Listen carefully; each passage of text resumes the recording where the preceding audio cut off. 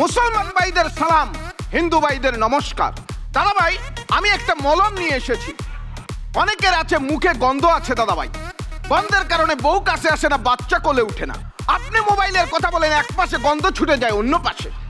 আপনি কথা বলেন বাংলাদেশে, গন্ধ ছুটে যায় আমেরিকাতে। এই ধরনের দাদা ভাইরা যখন দীপ্ত স্টার হান্টে ঢুকেন, বোঝা যায় না পার্টিসিপেন্ট ঢুকলো না ছাগলের পাঠা ঢুকলো দাদা ভাই। এই ধরনের দাদা ভাইদের জন্য আমার এক ফাইল যথেষ্ট। আই ক্যান চ্যালেঞ্জ করে বলতে পারি দাদা ভাই, আপনি এক ফাইল ব্যবহার করলে আপনার গা থেকে বডি স্প্রের ঘ্রাণ বের হবে দাদা ভাই। দাদা ভাই, আমার এই মলমে যদি কাজ না করে আপনার পায়ের নতুন স্যান্ডেল খুলে আমাকে দিবেন, তো শব্দটি করবো না, পায়ে দিয়ে চলে যাবো দাদা ভাই। স্যার আমি বাজ, আমার পারফর্ম এখানে শেষ। যেটা করলে হকার। জি স্যার। এই হকারটা কোথায় দাঁড়িয়ে আছে? হকারটা দীপ্ত টিভির সামনে। Very bad location. তুমি একটা হকার, তুমি দীপ্ত টিভির সামনে কি করো? তুমি যাবা বাসে, ট্রাকে অথবা বস্তিতে, যেখানে গেলে তোমার ভালো বেঁচে কিনা হবে। ওখান থেকে তুমি কিছু টাকা পাবা। এই পারফরমেন্সে কি পাবা তুমি? ওই টাকা দিয়ে ভালো একটা থিয়েটারে ভর্তি হয়ে অ্যাক্টিং শিখে তারপর তো আসতে পারতে। রাবিশ, ওর পারফরমেন্স আমার ভালো লাগেনি। আমি ভাইয়ের সাথে একমত। আপনার পারফরমেন্স একদম রাবিশ, আমার ভালো লাগেনি। আচ্ছা, এই মানে হোয়াট ইউ ডিড হিয়ার, তোমার এই পারফরমেন্সটা, মানে আই এম গেটিং কনফিউজড আর কি। মানে এইখানে বসে তোমার পারফরমেন্সটা মানে দেখতে কিরকম লেগেছে, শুনতে কিরকম লেগেছে, তুমি একটু এখানে আসো তো, বসো, যাও বসো, যাও। হচ্ছে নাকি? মানে কি যে বিচ্ছিরি লেগেছে তোমার পারফরমেন্সটা।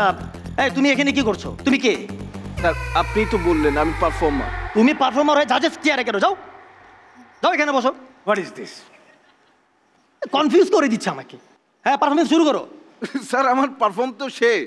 পারফরমেন্স শেষ? হ্যাঁ। তোমার পারফরমেন্স আমার খুব ভালো লেগেছে, thank you, keep it up.